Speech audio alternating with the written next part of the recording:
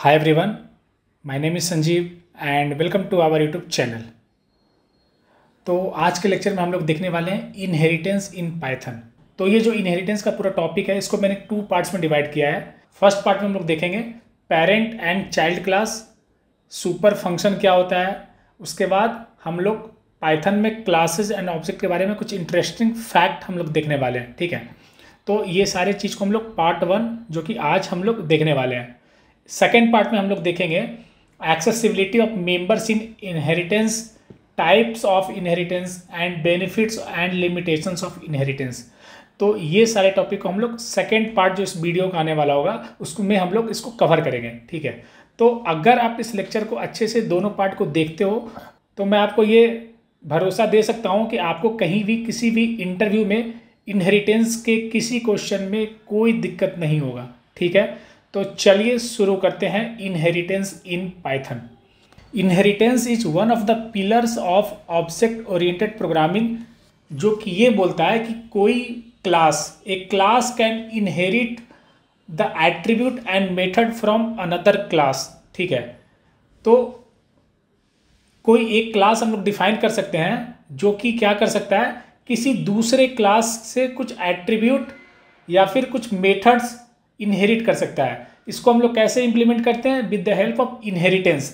तो जिस क्लास का हम लोग एट्रीब्यूट या मेथड्स हम लोग इनहेरिट करते हैं उस क्लास को हम लोग बोलते हैं बेस क्लास या पेरेंट क्लास। और जिस क्लास में हम लोग एट्रीब्यूट या मेथड्स को ऐड करते हैं उसको हम लोग बोलते हैं डिराइव्ड क्लास या चाइल्ड क्लास, ठीक है। तो inheritance allow you to model and is a relationship, ठीक है। इनहेरिटेंस के हेल्प से आप ईज ए रिलेशनशिप को ईजिली मॉडल कर सकते हो, जहां पे कि क्या होता है, a derived class extend the functionality of a base class या पेरेंट क्लास, ठीक है। जैसे कि एक एग्जांपल इसको देखते हैं। तो डॉग है, तो हम लोग ये बोल सकते हैं ना, dog is a animal. Dog एक एनिमल है, राइट। तो since dog is a animal there is a relationship between dog and animal. तो हम लोग डॉग को एनिमल क्लास से एक्सटेंड कर सकते हैं, ठीक है। तो ये एग्जांपल हम लोग देखते हैं। तो हमने सबसे पहले क्या किया, एक हमने क्लास डिफाइन किया, एनिमल का क्लास डिफाइन किया। और इनिट जो होता है ना, वो एक कंस्ट्रक्टर होता है जिसमें कि हम लोग नेम एट्रीब्यूट को इनिशियलाइज करते हैं, ठीक है। नेम एक इंस्टेंस का एट्रीब्यूट है या ऑब्जेक्ट का एट्रीब्यूट है, ठीक है। उसके बाद हम लोग एक मेथड डिफाइन करते हैं। ये मेथड इंस्टेंस का मेथड होता है स्पीक। वो क्या करता है, वो प्रिंट करता है कि animal makes a sound, animal का नेम मेक्स ए साउंड, ठीक है। उसी तरीके से हम लोग क्या करते हैं, एक और क्लास हम लोग डिफाइन करते हैं डॉग, जो कि एनिमल क्लास को एक्सटेंड करता है, ठीक है। तो डॉग एनिमल क्लास को एक्सटेंड करता है, मतलब एनिमल हो जाएगा बेस क्लास या पेरेंट क्लास और डॉग हो जाएगा क्या, चाइल्ड क्लास या डिराइव्ड क्लास, ठीक है। तो सिंटेक्स ऐसा होता है, क्लास डॉग और उसके बाद पैरेंथेसिस के अंदर डॉग जिस क्लास को इनहेरिट करता है उस क्लास का नेम देते हैं। तो डॉग यहाँ पे एनिमल क्लास को इनहेरिट कर रहा है। और इसके अंदर हम लोग क्या एक मेथड डिफाइन करेंगे, डेफ स्पीक, है ना। ये एक मेथड हमने डिफाइन किया और उसके अंदर मैंने स्पेसिफिक टू ए डॉग मैंने स्पीक मेथड डिफाइन किया, जिसमें कि मैंने ये प्रिंट कर रहा हूँ कि डॉग बार्क्स, है ना। तो आप देखोगे कि पेरेंट क्लास और चाइल्ड क्लास दोनों में same method, same name, same signature है ना। तो वैसे केस में जहाँ पे कि पेरेंट और चाइल्ड क्लास में same method, same name, same signature हो, उसको हम लोग बोलेंगे मेथड ओवरराइडिंग। इसको हम लोग पॉलीमॉर्फिज्म में बहुत अच्छे से देखने वाले हैं, मेथड ओवरराइडिंग क्या होता है, ठीक है। तो आप देखोगे कि जो स्पीक जो मेथड है ना पेरेंट क्लास में, वो जेनरिक मेथड है, कोई भी एनिमल साउंड मेक करता है, ठीक है। तो this is a generic method कि एनिमल मेक्स ए साउंड। लेकिन डॉग, जब हम डॉग के केस में आते हैं तो yes, dog makes a sound, लेकिन वो स्पेसिफिकली डॉग क्या करता है, बार्क करता है, कुत्ता भौंकता है ना। तो इसीलिए हमने स्पेसिफिक टू डॉग हमने ये एक मेथड हमने लिखा है, ठीक है। तो यहाँ पे आप देखोगे कि डॉग जो होता है ना, dog uses code from animal. Dog में हम लोग क्या कर रहे हैं, डॉग को हम लोग एनिमल से इनहेरिट कर रहे हैं, तो ये नेम एट्रीब्यूट को इनहेरिट कर रहा है और ये स्पीक मेथड जो है उसको इनहेरिट कर रहा है, ठीक है। तो इसके कारण क्या होता है कि हम लोग कोड रीयूजेबिलिटी फॉलो करते हैं, ठीक है। तो dog reuses code from animal and this is called inheritance, ठीक है, कि हमने एनिमल का जो नेम है और स्पीक मेथड है उसको इनहेरिट किया डॉग क्लास में। इनहेरिटेंस में क्या होता है ना, classes that inherit from another class are called derived class और चाइल्ड क्लास और सब क्लास। जो क्लास किसी दूसरे क्लास से इनहेरिट करता है, लाइक यहाँ पे डॉग क्लास एनिमल क्लास से डिराइव होता है ना, या एक्सटेंड करता है, तो हम बोल सकते हैं कि डॉग जो है वो चाइल्ड क्लास है या डॉग डिराइव्ड क्लास है या सब क्लास है। और जिस क्लास से चीज़ें डिराइव होती है, लाइक एनिमल से यहाँ पे डिराइव हो रही है, तो एनिमल क्लास को हम लोग बोलेंगे बेस क्लास या पेरेंट क्लास या सुपर क्लास। ठीक है, क्लियर है। तो a derived class is said to derive, inherit और एक्सटेंड ए बेस क्लास। तो डिराइव क्लास क्या करता है, जो डिराइव क्लास होता है ना, वो बेस क्लास से मेथड्स या एट्रीब्यूट्स दोनों को क्या करता है, डिराइव कर सकता है, या डिराइव को हम लोग बोलते हैं इनहेरिट या एक्सटेंड। ठीक है, ये तीनों सेमी टर्मिनोलॉजी है, डिराइव, इनहेरिट या एक्सटेंड। ठीक है, तो आप देखोगे कि डॉग क्लास जो यहाँ पे है वो एनिमल क्लास को इनहेरिट करता है। अब हम क्या करेंगे, डॉग का इंस्टेंस क्रिएट करते हैं और उसको बडी में असाइन करते हैं। ठीक है, और उसके बाद जब बडी डॉट स्पीक कॉल करते हैं ना, ये देखोगे it will print message the buddy barks, it will not print this message makes a sound. क्यों? क्योंकि एक प्रॉपर्टी होता है पाइथन में, इसको बोलते हैं स्कोप रिजोल्यूशन। ठीक है, उसमें क्या होता है कि अगर हम लोग किसी इंस्टेंस के हेल्प से कोई मेथड कॉल करते हैं ना, तो अकॉर्डिंग टू जो स्कोप रिजोल्यूशन होता है वो क्या कहता है कि सबसे पहले हम उस इंस्टेंस का जो क्लास है, हर एक इंस्टेंस किसी न किसी क्लास के साथ एसोसिएटेड होता है, तो अगर बडी जिस क्लास के साथ एसोसिएटेड है, यहाँ पे डॉग के साथ है, तो डॉग के अंदर हम लोग देखेंगे क्या स्पीक मेथड डिफाइंड है। हाँ, डॉग के अंदर स्पीक मेथड डिफाइंड है, तो जब डॉग के अंदर स्पीक मेथड डिफाइंड है तो वो उसको डायरेक्टली एक्सिक्यूट कर देगा। ठीक है, और अगर डॉग के अंदर स्पीक मेथड डिफाइंड नहीं होता है, लाइक अगर मैं इसको कमेंट करके और यहाँ पे मैं दे दूँ पास, है ना, तो आप देखोगे कि it will not print the buddy barks, it will print buddy makes a sound, है ना। क्यों? क्योंकि डॉग क्लास में ऑलरेडी वो मेथड डिफाइंड नहीं है, तो जब मेथड करेंट क्लास में डिफाइन नहीं होता है तो हम लोग उसके पेरेंट क्लास में देखते हैं। तो डॉग का पेरेंट क्लास एनिमल है और एनिमल में वो मेथड ऑलरेडी डिफाइंड है, तो वो एनिमल क्लास का मेथड कॉल कर देगा। ठीक है, क्लियर है। तो हमने डिस्कस किया था कि there is a function called is instance, वो ये चेक करता है कि जो ईज इंस्टेंस का जो फर्स्ट आर्गूमेंट है ना, क्या वो सेकेंड आर्गूमेंट का इंस्टेंस है। लाइक अगर मैं यहाँ पे बडी दे रहा हूँ, यहाँ पे डॉग दे रहा हूँ, तो वो ये चेक करता है कि क्या बडी डॉग क्लास का इंस्टेंस है। तो हाँ, बडी डॉग क्लास का इंस्टेंस है, क्योंकि बडी में हम लोग क्या असाइन कर रहे हैं, डॉग क्लास का इंस्टेंस ही तो असाइन कर रहे हैं ना, तो बडी डॉग क्लास का इंस्टेंस है। लेकिन अगर आप देखोगे कि बडी एनिमल क्लास का भी इंस्टेंस है। क्यों? क्योंकि it is giving me true, है ना। तो body is a dog, yes body is a dog, but body is also an animal, है कि नहीं। तो ये अभी तक क्लियर होगा, राइट। अब चलते हैं आगे, मेथड ओवरराइडिंग हमने एग्जांपल देखा था ना। तो मेथड ओवरराइडिंग जो होता है ना, पाइथन में एक मैकेनिज्म होता है जिसके हेल्प से आप सब क्लास में सेम मेथड को डिफाइन कर सकते हैं। और ये क्या करता है कि आप किसी मेथड का कुछ स्पेसिफिक इम्प्लीमेंटेशन चाइल्ड क्लास में कर सकते हैं। ठीक है, तो मेथड ओवरराइडिंग के हेल्प से पाइथन में आप प्रोवाइड कर सकते हो a specific implementation for a method that is already defined in super class. अगर सुपर क्लास में कोई जेनरिक इम्प्लीमेंटेशन होता है मेथड का, तो आप चाइल्ड क्लास में सेम मेथड को स्पेसिफिक या थोड़ा पार्टिकुलर इम्प्लीमेंटेशन कर सकते हो बेस्ड अपॉन योर क्लास, है ना। इसको एक एग्जांपल से देखते हैं। लाइक एनिमल के अंदर एक मेथड है मेक साउंड। तो एनिमल का जो मेक साउंड मेथड है ना, वो बहुत जेनरिक मैसेज प्रिंट करता है, एनिमल मेक्स ए साउंड। क्यों? क्योंकि कोई भी एनिमल साउंड मेक करेगा। लेकिन जब हम लोग डॉग क्लास में आते हैं, डॉग एनिमल को इनहेरिट करता है, और अगर इसके अंदर अगर हम लोग कोई मेथड डिफाइन नहीं करते हैं, तो बाय डिफॉल्ट अगर हम डॉग का मेक साउंड मेथड कॉल करेंगे ना, तो वो एनिमल वाला मेक साउंड कॉल होगा और ये मैसेज शो करेगा कि एनिमल मेक्स ए साउंड।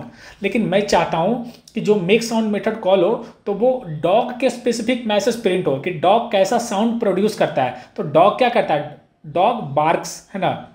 उसी तरीके से जब हम कैट का मेक साउंड कॉल करें तो कैट का स्पेसिफिक मैसेज प्रिंट हो, कैट किस तरह का साउंड मेक करता है ना। तो कैट म्यूज, आप देखोगे कि मैंने दोनों क्लास में ओवरराइड किया है। ठीक है, ओवरराइडिंग क्या होता है, अगर हम लोग किसी चाइल्ड क्लास में कोई मेथड डिफाइन करते हैं जो कि सेम नेम और सेम सिग्नेचर फॉलो करता है पेरेंट क्लास का। सिग्नेचर का मतलब नेम सेम हो, नंबर ऑफ आर्गुमेंट सेम हो, टाइप ऑफ आर्गुमेंट सेम हो, तो वैसे केस को हम बोलते हैं सेम सिग्नेचर। तो अगर चाइल्ड क्लास और पेरेंट क्लास में कोई मेथड सेम सिग्नेचर का है, सेम टाइप का है, तो हम लोग बोलेंगे कि जो चाइल्ड क्लास का मेथड है वो ओवरराइड कर रहा है पेरेंट क्लास के मेथड को। इसी कॉन्सेप्ट को हम लोग बोलते हैं मेथड ओवरराइडिंग। ठीक है, क्लियर है? तो हमने एक बेस क्लास एनिमल डिफाइन किया और उसके अंदर हमने दो सब क्लास डिफाइन किया, डॉग और कैट। ठीक है, हमने डिफाइन किया। अब मैं इसको एग्जीक्यूट करता हूं। ठीक है, उसके बाद मैं क्या कर रहा हूं, डॉग और कैट दोनों क्लास का मैं इंस्टेंस या ऑब्जेक्ट बना रहा हूं। तो एनिमल 1 डॉग क्लास का इंस्टेंस है, एनिमल 2 कैट क्लास का इंस्टेंस है।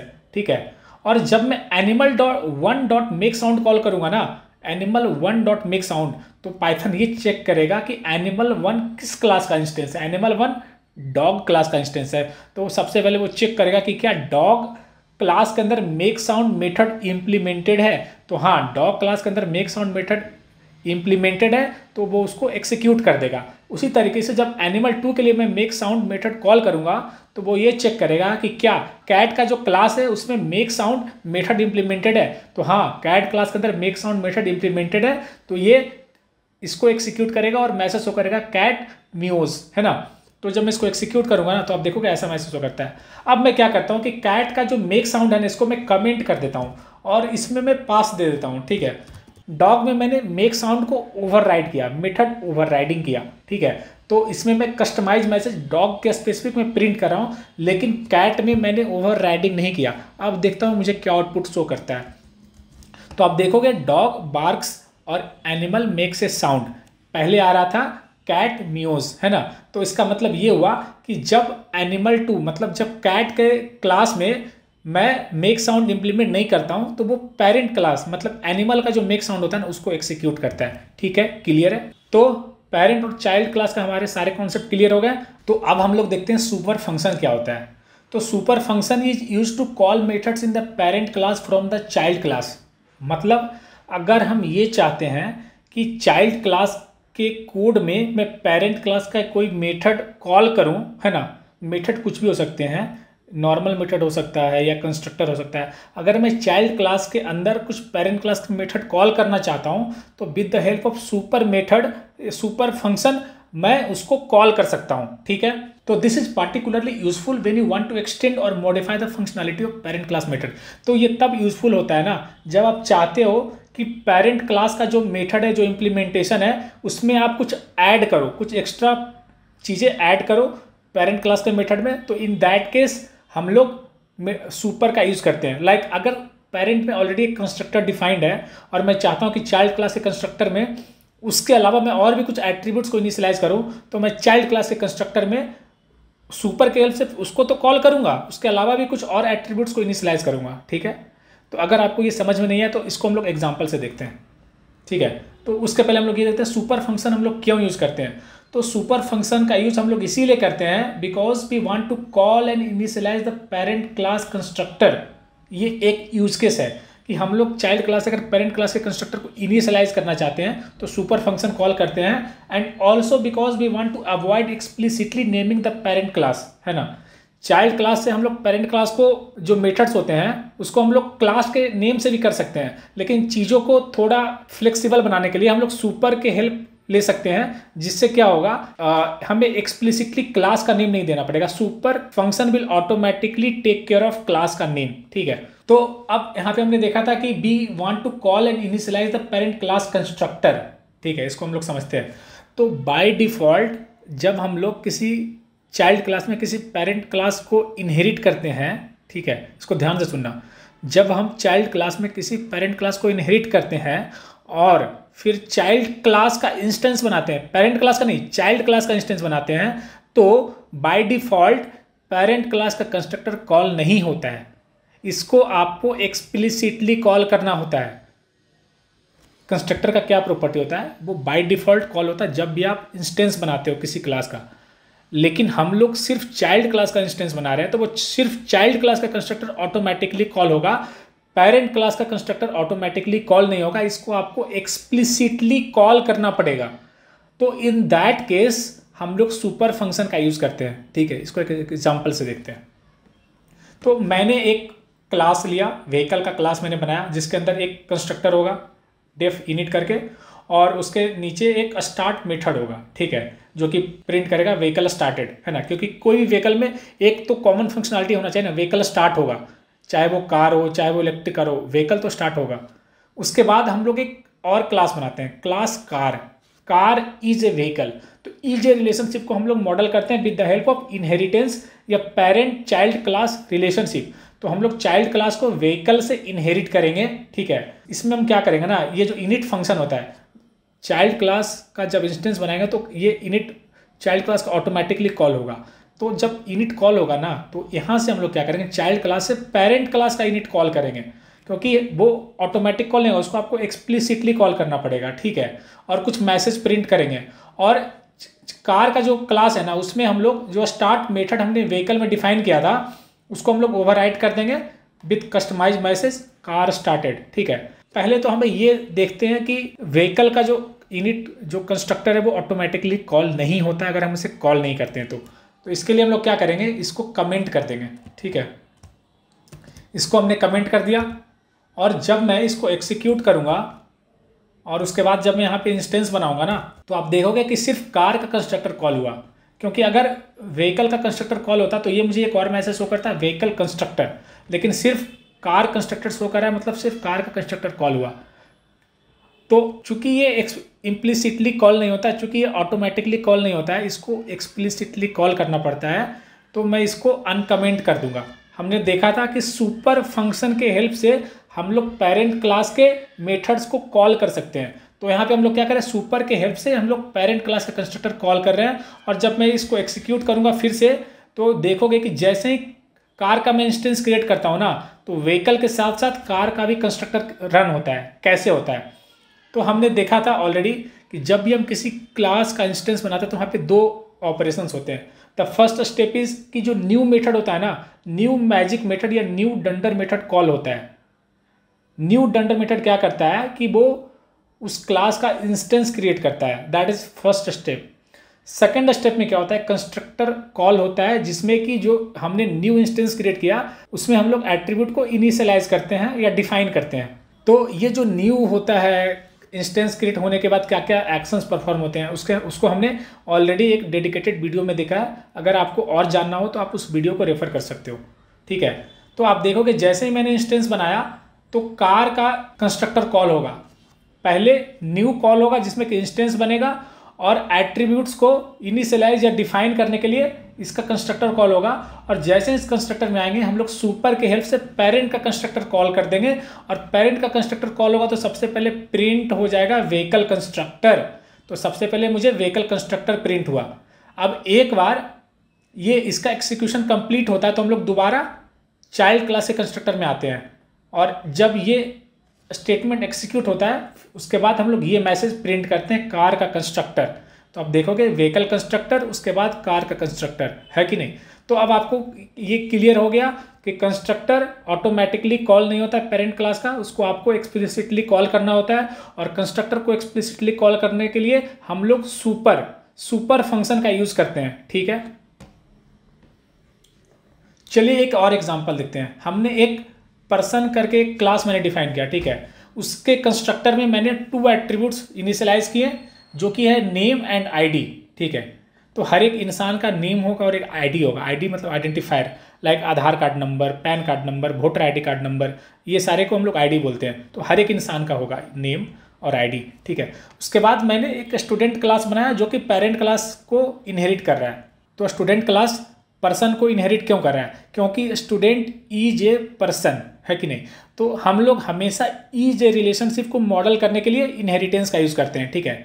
तो हमने स्टूडेंट को इनहेरिट किया पर्सन से, है ना।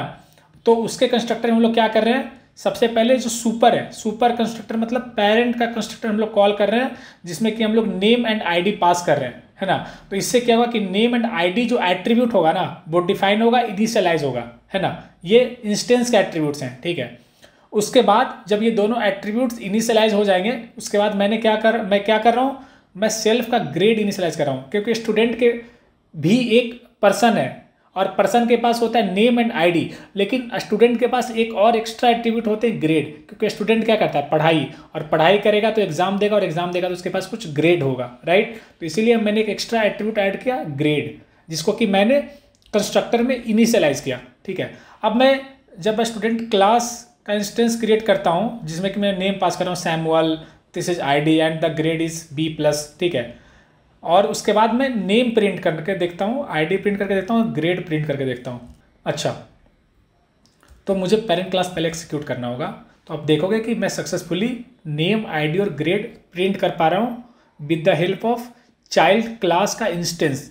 चाइल्ड क्लास के इंस्टेंस के हेल्प से हम लोग पेरेंट क्लास के भी एट्रीब्यूट को एक्सेस कर पा रहे हैं। क्यों? क्योंकि जो पेरेंट क्लास का एट्रीब्यूट है वो पब्लिक है, और पब्लिक क्लास चाइल्ड क्लास हो चाहे क्लास के बाहर हो हर जगह एक्सेसिबल होता है, ठीक है। चलिए अब हम लोग एक प्रॉब्लम देखते हैं। ये प्रॉब्लम हमने पिछले लेक्चर में भी देखा था जब हम लोग ऊप्स का ओवरव्यू देख रहे थे, है ना। तो कोई भी ई कॉमर्स अगर हम लोग लेते हैं लाइक अमेजोन, फ्लिपकार्ट, उसमें जो लिस्टिंग होता है वो प्रोडक्ट का होता है। हर एक आइटम जो लिस्ट होता है, जो सेल होता है फ्लिपकार्ट पे, उसको हम लोग एक प्रोडक्ट बोल सकते हैं, ठीक है। प्रोडक्ट तो इलेक्ट्रॉनिक्स टाइप का हो सकता है, प्रोडक्ट क्लॉथिंग हो सकता है, प्रोडक्ट ग्रॉसरी हो सकता है। ये सारी चीज़ें क्या है, एक प्रोडक्ट है। तो product is a generic kind of term जो कि हम लोग बोल सकते हैं हर एक आइटम को रिप्रेजेंट कर सकते हैं, और हर एक प्रोडक्ट में कुछ एट्रीब्यूट्स कॉमन होंगे। इट डज नॉट मैटर कि वो इलेक्ट्रॉनिक्स है, क्लॉथिंग है, ग्रॉसरी है, उसके अंदर नेम एंड प्राइस हर एक जो प्रोडक्ट का इंस्टेंस होगा उसमें होगा, नेम होगा और प्राइस होगा, और उसमें एक मेथड होगा जिसके हेल्प से हम लोग उस प्रोडक्ट का डिटेल्स देख सकते हैं, है ना। तो क्या क्या एट्रीब्यूट कॉमन होगा? Name and price. Name and price is common to all the subcategory of product, ठीक है।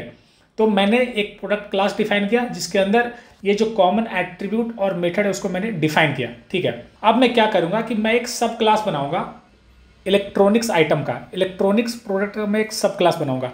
तो electronics item is a product, यहाँ पे इज ए रिलेशनशिप है, right. Electronics item is a product है कि नहीं, हर एक इलेक्ट्रॉनिक्स आइटम एक प्रोडक्ट ही है। तो इज ए रिलेशनशिप को हम लोग इनहेरिटेंस से इंप्लीमेंट करते हैं। तो मैंने क्या किया, इलेक्ट्रॉनिक्स करके एक क्लास बनाया जो कि प्रोडक्ट क्लास को इनहेरिट कर रहा है। उसके बाद मैं उसके कंस्ट्रक्टर में क्या कर रहा हूँ कि मैं पेरेंट जो प्रोडक्ट क्लास है ना उसका कंस्ट्रक्टर कॉल कर रहा हूँ, जिसमें कि मैं नेम और प्राइस पास कर रहा हूँ, जिसके हेल्प से पेरेंट क्लास का जो इंस्टेंस है नेम और प्राइस ये इनिशियलाइज हो जाते हैं, है ना। We can access methods of parent class with the help of super. Super के हेल्प से हम लोग पेरेंट क्लास का इंस्टेंस का हम लोग मेथड्स एक्सेस कर सकते हैं। तो इनिट भी एक कंस्ट्रक्टर है जो कि एक मेथड भी है, ठीक है। एक बार हम लोग पेरेंट क्लास के एट्रीब्यूट को इनिशियलाइज कर देते हैं, उसके बाद हम लोग एक और एक्स्ट्रा जो एट्रीब्यूट होता है इलेक्ट्रॉनिक्स आइटम में, जो कि नॉर्मली सारे प्रोडक्ट में नहीं होता है, वो होता है एक वारंटी, है ना। कपड़ों का वारंटी नहीं होता है ना, ग्रॉसरी का वारंटी नहीं होता है, लेकिन जो इलेक्ट्रॉनिक्स सब कैटेगरी होता है ना उसका वारंटी होता है, या तो 0 मंथ होता है, या 6 महीने, 12 महीने, 1 साल, 2 साल, ऐसा वारंटी होता है। तो हमने एक एक्स्ट्रा एट्रीब्यूट ऐड किया other than name and price, that is warranty. तो इलेक्ट्रॉनिक्स आइटम के पास टोटल 3 एट्रीब्यूट्स हो गए। 2 इज नेम एंड प्राइस जो कि पेरेंट क्लास से इनहेरिट हो रहा है, 3rd इज वारंटी जो कि इसके खुद के एट्रीब्यूट है, ठीक है। उसके बाद हम लोग क्या करें कि जो गेट डिटेल मेथड है ना उसको मैं ओवरराइड कर रहा हूँ। ओवरराइड का मतलब पेरेंट क्लास में जो गेट डिटेल मेथड है same name and same signature के साथ मैं एक मेथड डिफाइन कर रहा हूँ चाइल्ड क्लास में, जिसमें कि मैं क्या कर रहा हूँ पेरेंट क्लास का जो गेट डिटेल का जो आउटपुट है ना उसमें कुछ और मैं डेटा ऐड कर रहा हूँ। लाइक पेरेंट क्लास का जो गेट डिटेल है वो जेनरिक है to a product, generic detail show करता है। जेनरिक डिटेल का मतलब नेम एंड प्राइस, वो हर एक प्रोडक्ट में है, लेकिन हर एक सब कैटेगरी ऑफ प्रोडक्ट में कुछ पार्टिकुलर या कुछ स्पेसिफिक एट्रीब्यूट्स भी होते हैं। हमें वो भी तो डिस्प्ले करना है ना यूजर को कि हाँ कोई इलेक्ट्रॉनिक्स प्रोडक्ट है उसका क्या वारंटी है, कितने महीने का वारंटी है। तो हम लोग जो गेट डिटेल्स मेथड का जो आउटपुट आता है ना पेरेंट क्लास में, उसमें हम लोग एक्स्ट्रा डेटा ऐड कर रहे हैं वारंटी का, है ना। तो हम लोग कैसे कॉल कर रहे हैं, with the help of super. हम लोग जो गेट डिटेल मेथड है उसको हम लोग कॉल कर रहे हैं, ठीक है। वेरी सिमिलर टू इलेक्ट्रॉनिक्स सब क्लास हम लोग क्लॉथिंग का सब क्लास लिखते हैं। जिस तरीके से इलेक्ट्रॉनिक्स में वारंटी एक स्पेसिफिक एट्रीब्यूट था टू इलेक्ट्रॉनिक्स सब कैटेगरी, उसी तरीके से जो क्लॉथिंग सब कैटेगरी होगा उसमें साइज एक स्पेसिफिक एट्रीब्यूट होगा।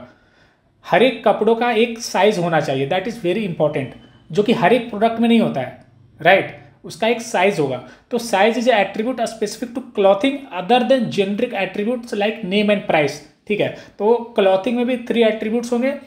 First 2 attributes will be name and price, जो कि पेरेंट क्लास प्रोडक्ट से आएगा, और थर्ड एट्रीब्यूट इज साइज, जो कि क्लॉथिंग का खुद का एट्रीब्यूट होगा, ठीक है। उसके बाद हम लोग यहाँ भी मेथड को ओवरराइड कर रहे हैं, गेट डिटेल्स मेथड को, जिसमें कि हम लोग पेरेंट का जो गेट डिटेल्स है ना, वो एक जेनरिक आउटपुट रिटर्न करता है, उसमें हम लोग कुछ और आउटपुट ऐड कर रहे हैं, जैसे कि size is specific to clothing, तो हम लोग इसमें अपेंड करके उसको रिटर्न कर रहे हैं। तो हम लोग कैसे कॉल कर रहे हैं पेरेंट क्लास का get detail, with the help of super function. तो super function dot get details call करने से क्या होता है, जो करेंट क्लास है क्लॉथिंग, तो क्लॉथिंग का पेरेंट प्रोडक्ट है, तो प्रोडक्ट क्लास का गेट डिटेल मेथड कॉल करता है, ठीक है। अब मैं क्या कर रहा हूँ कि 2 इंस्टेंस क्रिएट कर रहा हूँ, एक इलेक्ट्रॉनिक्स का, एक क्लॉथिंग का। तो इलेक्ट्रॉनिक्स में मैं स्मार्टफोन पास कर रहा हूँ एज ए नेम, 25 के पास कर रहा हूँ एज ए प्राइस, एंड 2 पास कर रहा हूँ एज ए वारंटी, ठीक है। उसी तरीके से मैं क्लॉथिंग का भी इंस्टेंस क्रिएट कर रहा हूँ टी शर्ट के लिए, जिसका कि नेम होगा टी शर्ट, प्राइस होगा 999 and size will be L, ठीक है। तो हमने 2 इंस्टेंस सक्सेसफुली क्रिएट कर लिए। The first instance is phone corresponding to electronics class, the second instance is t-shirt corresponding to clothing class, ठीक है।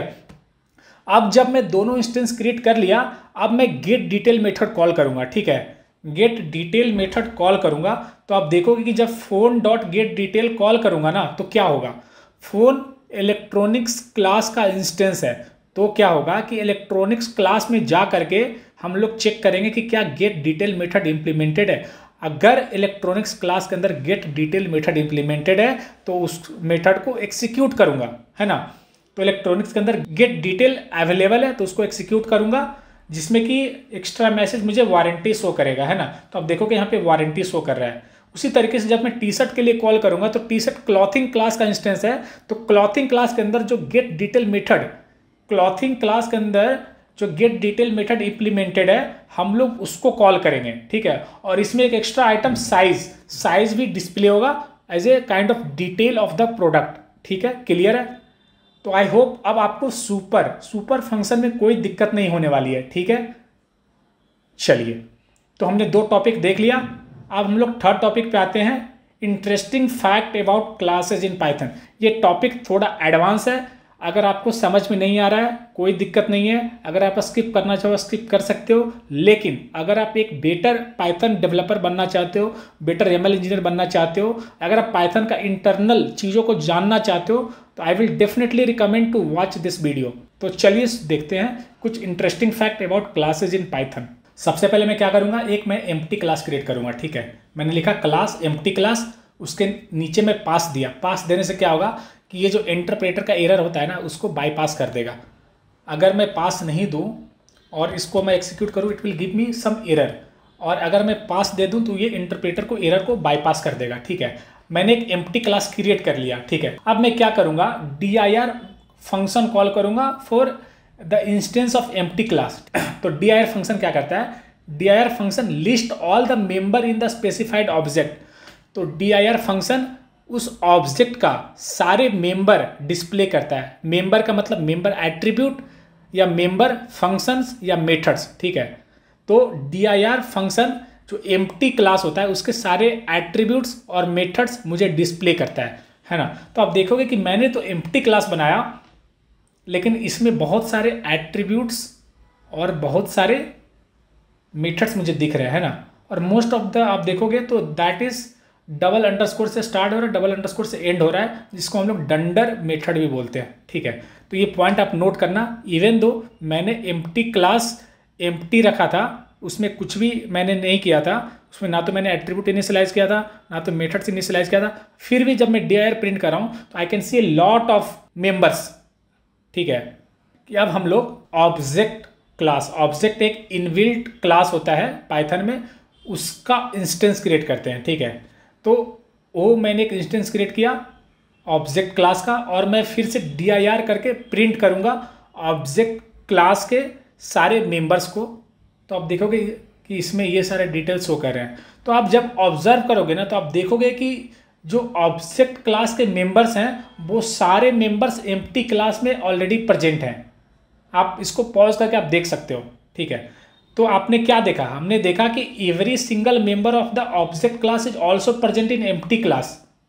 ठीक है, ऐसा इसीलिए हो रहा है क्योंकि every class that you create in Python, तो आप जो भी यूजर डिफाइंड क्लास पाइथन में क्रिएट करते हो, हर एक क्लास इम्प्लिसिटली ऑब्जेक्ट क्लास से डिराइव होती है। इसीलिए हम लोग ऑब्जेक्ट क्लास को बोलते हैं टॉप मोस्ट बेस क्लास। ठीक है, तो एक इंपॉर्टेंट पॉइंट है, सारे यूजर डिफाइंड क्लास इम्प्लिसिटली, मैं मेंशन करूं ना करूं, वो ऑटोमेटिकली ऑब्जेक्ट क्लास को इनहेरिट करती है। ठीक है, आप इसको एक्सप्लिसिटली भी लिख सकते हो, लाइक क्लास, एम्प्टी क्लास और पैरेंथेसिस के अंदर दे सकते हो ऑब्जेक्ट, लेकिन ये रिडंडेंट है क्योंकि इसका ज़रूरत नहीं है। ये जो चीज़ ऑटोमेटिक हो रहा है उसको मुझे एक्सप्लिसिटली देने की क्या ज़रूरत है, राइट? ज़रूरत नहीं है।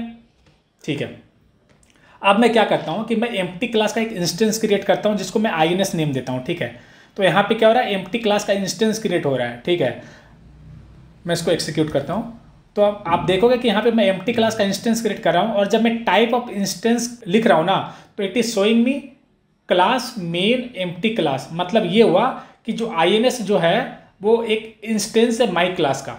हमने देखा था ऑलरेडी शुरुआत में, कोई भी इंस्टेंस चाइल्ड क्लास का इंस्टेंस होता है, एट द सेम टाइम वो पेरेंट क्लास का भी इंस्टेंस होता है जिसे चाइल्ड क्लास एक्सटेंड करता हो या इनहेरिट करता हो, है ना?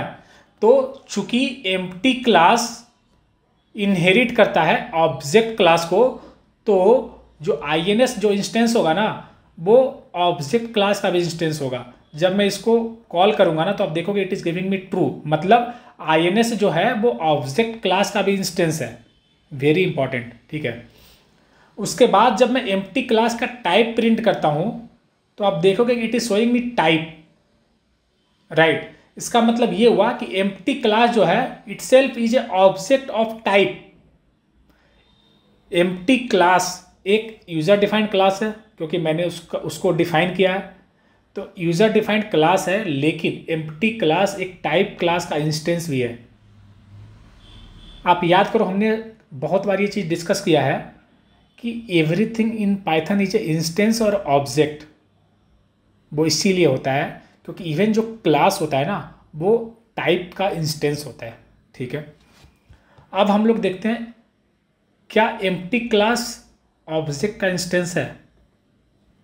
हमने देखा था कि जो एम्प्टी क्लास का जो इंस्टेंस होता है ना, वो ऑब्जेक्ट का भी इंस्टेंस होता है क्योंकि ऑब्जेक्ट से वो डिराइव होता है। लेकिन क्या एम्प्टी क्लास ऑब्जेक्ट का इंस्टेंस है? अभी तक तो हमने ये देखा कि empty class is a child class of object, लेकिन क्या एम्प्टी क्लास ऑब्जेक्ट का इंस्टेंस है?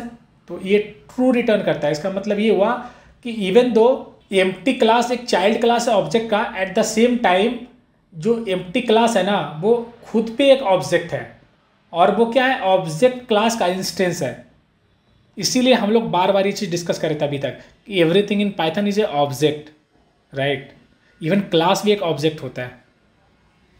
ठीक है, इसको हम लोग और भी देखेंगे, जब ब्लैक बोर्ड पे आएंगे तो हम लोग और भी इसको अच्छे से समझेंगे।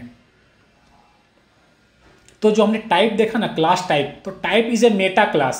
ठीक है, तो जो सारे क्लासेज होते हैं ना, it is use to create all the classes including itself. तो जितने भी क्लास होते हैं वो टाइप का इंस्टेंस होते हैं, टाइप का ऑब्जेक्ट होते हैं। हर एक पाइथन में हर एक चीज़ एक इंस्टेंस ऑब्जेक्ट है। तो जो हमने यूजर डिफाइन एम्प्टी क्लास लिखा, वो भी एक इंस्टेंस है ना? तो एम्प्टी क्लास भी एक ऑब्जेक्ट है, तो वो किसी क्लास का होगा। तो एम्प्टी क्लास टाइप का इंस्टेंस है, एम्प्टी क्लास टाइप का ऑब्जेक्ट है। ठीक है, तो इसीलिए हम लोग टाइप को मेटा क्लास बोलते हैं कि सारे क्लास मेटा क्लास का इंस्टेंस होते हैं, और टाइप खुद का भी इंस्टेंस होता है। तो type is both class and instance. ठीक है, बहुत कंफ्यूजिंग होगा बट कोई नहीं। ठीक है, अब इसको हम लोग ब्लैक बोर्ड में देखते हैं। ठीक है, तो चलिए, तो अभी हम लोग क्या देखने वाले हैं, fact about classes in Python. ठीक है, तो अभी हम लोग जो भी डिस्कशन अभी हमने किया और जो भी डिस्कशन हम लोग ब्लैक बोर्ड पे देखने वाले हैं, वो हर एक डिस्कशन हम लोग 3 एंटिटीज़ के कोरस्पॉन्डिंग होने वाला है। 1 is object, second is type, and the third is user defined class, empty class. ठीक है, तो हमने एक यूजर डिफाइंड क्लास बनाया था एम्प्टी क्लास, उसके अंदर मैंने सिर्फ पास दिया था, मैंने कुछ भी ना तो इसमें एट्रीब्यूट्स दिए थे, ना तो इसमें मैंने कुछ मेथड डिफाइन किया था। तो हमने ये देखा था जब हमने जुपिटर में जब हम एक्सपेरिमेंट कर रहे थे कि जो एम्प्टी क्लास होता है ना वो ऑब्जेक्ट क्लास को इनहेरिट करता है।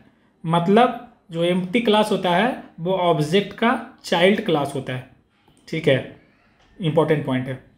ठीक है, उसके बाद हमने क्या किया था कि हमने INS करके एक इंस्टेंस बनाया था एम्प्टी क्लास का, है ना।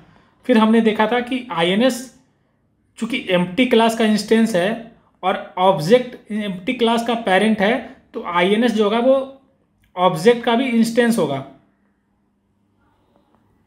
क्योंकि INS जो किसी चाइल्ड क्लास का इंस्टेंस होता है वो पेरेंट क्लास का भी इंस्टेंस होता है। ठीक है, अभी तक ये क्लियर है। उसके बाद हमने देखा कि एक टाइप को हमने देखा था कि टाइप जो होता है एक मेटा क्लास होता है, और जितने भी क्लास होते हैं चाहे वो यूजर डिफाइंड क्लास हो, चाहे इम्प्लिसिट क्लास हो, ठीक है, चाहे वो इनबिल्ट क्लास हो, वो क्या होता है कि वो भी एक इंस्टेंस होता है मेटा क्लास का। तो every class is a instance of Meta class. ठीक है, तो इसलिए लिख रहा है कि इसको मेटा क्लास इसीलिए बोलते हैं because it is use to create all class including itself. और इंटरेस्टिंग बात, जो टाइप होता है ना, टाइप एक इंस्टेंस होता है टाइप का, मतलब टाइप खुद का भी इंस्टेंस होता है कि नहीं। तो ये थोड़ा ट्रिकी होगा, लेकिन आप ये समझो कि टाइप जो होता है ना, टाइप एक मेटा क्लास होता है, और हर एक क्लास तो क्लास होता है, एट द सेम टाइम वो एक इंस्टेंस भी होता है मेटा क्लास का। क्यों? क्योंकि हमने बहुत बार ये देखा और बहुत बार पढ़ा भी है कि everything in Python is a object, और ऑब्जेक्ट होगा तो किसी क्लास का होगा, और वो क्लास होता है टाइप। ठीक है, अब आते हैं INS is an instance of empty class. INS एक एम्प्टी क्लास का इंस्टेंस है, क्योंकि हमने क्रिएट किया है तो हमें पता है कि INS एम्प्टी क्लास का इंस्टेंस है। और जब INS एम्प्टी क्लास का इंस्टेंस होता है तो INS ऑब्जेक्ट क्लास का भी इंस्टेंस हो जाता है। क्यों? क्योंकि एम्प्टी क्लास ऑब्जेक्ट क्लास को इनहेरिट करता है, और अगर चाइल्ड क्लास का इंस्टेंस INS है तो वो पेरेंट क्लास का भी इंस्टेंस हो जाता है। ठीक है, तो since everything in Python is an object, ये हमने देखा था। इसके कारण क्या होता है, एम्प्टी क्लास एक यूजर डिफाइंड क्लास तो है, it is a user defined class, ये एक क्लास तो है, लेकिन ये एक इंस्टेंस भी है। क्यों? From this point. और वो किस चीज़ का इंस्टेंस है? ऑब्जेक्ट क्लास का भी है और टाइप का भी है। हमने देखा था जब हम लोग नोटबुक देख रहे थे। ठीक है, उसके बाद हमने देखा था कि टाइप एक मेटा क्लास है, मतलब टाइप एक क्लास है, टाइप इज ए क्लास। कैसे प्रूफ होगा? अगर हम लोग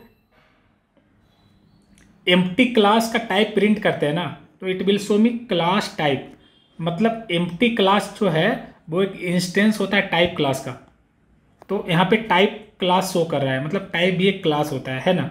उसके बाद ऑल यूजर डिफाइंड क्लास जो होता है वो इंस्टेंस होता है टाइप क्लास का। वो कैसे हम लोग चेक कर सकते हैं? अगर हम लोग टाइप प्रिंट करेंगे एम्प्टी क्लास का तो it will show me type. इसका मतलब हुआ कि हर एक जो यूजर डिफाइंड क्लास होता है वो टाइप क्लास का इंस्टेंस होता है। ठीक है, उसके बाद type is A instance of itself. तो हमने देखा था कि टाइप मेटा क्लास होता है, और फिर हमने डेफिनेशन ये भी पढ़ा था कि everything in Python is a instance या ऑब्जेक्ट। तो टाइप एक मेटा क्लास तो है, लेकिन वो भी इंस्टेंस होगा, लेकिन वो फिर किसका इंस्टेंस होगा? टाइप ही तो मेटा क्लास है, तो फिर वो किसका इंस्टेंस होगा? तो टाइप खुद का इंस्टेंस है। इसका मतलब हुआ कि टाइप एक क्लास भी है और टाइप एक इंस्टेंस भी है। लेकिन चलो, अगर आप इसको थोड़ा सा भी समझ रहे हो तो डेफिनेटली आपका IQ लेवल बहुत ज़्यादा इंप्रूव होगा और आपको चीज़ें बहुत अच्छे से समझ में आएगी। ठीक है, तो अब आपको पाइथन में इनहेरिटेंस का पार्ट 1 आपने बहुत अच्छे से समझा, आपको सारे कॉन्सेप्ट क्लियर हो गए, है ना। और नेक्स्ट लेक्चर में हम लोग इसका पार्ट 2 देखने वाले हैं। ठीक है, तो चलिए मिलते हैं अगले लेक्चर में। Till then bye, happy learning.